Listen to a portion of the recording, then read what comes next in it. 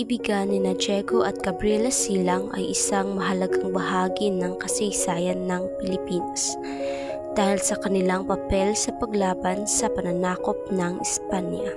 Nagkakilala sina Diego at Gabriela Silang dahil sa pagiging aktibo ni Gabriela sa paglaban sa mga Espanyol at ang pagkakaroon ng parehong adhikain ay siyang naging tulay upang sila ay maging magkasintahan. Si Diego Silang ay naging pinuno ng pag-aalsa bago pa lamang ang kasal nila ni Gabriela. Nagsimula ang kanyang pag-aalsa noong 1762 at nagpakasal sila ni Gabriela noong 1757. Marami ang naging kaibigan ni Diego Silang nang dahil sa kanyang adhikain at lakas ng loob na lumaban sa Espanya. Subalit sa kabila ng maraming kaibigan at natulungan, siya ay hindi pa rin nakatakas sa kamay ng mga taksil at kasamaan.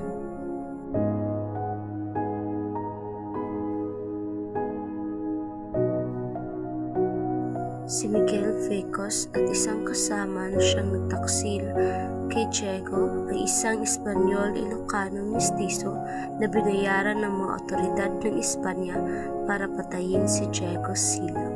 Noong Mayo 28, 1763, napapasyahan ni Gabriela na ibuwis ang kanyang buhay at ipagpatuloy ang pagiging pinuno alinsunod sa kanyang namayapang asawa ng dahil sa puot at pagmumulila.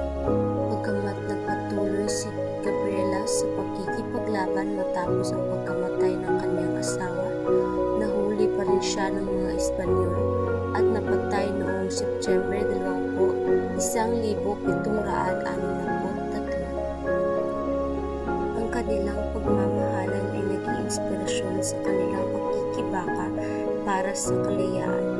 Nagkaisa sila sa dikain na palayain ng kanilang bayan mula sa mga pang-aping mga Espanyol.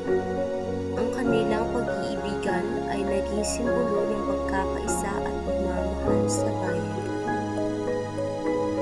Sila ay itinuturing na mga bayani ng bansa at may malaking kontribusyon sa kasaysayan at ang kanilang kwento ay patuloy na ipinapasa sa mga susunod na henerasyon.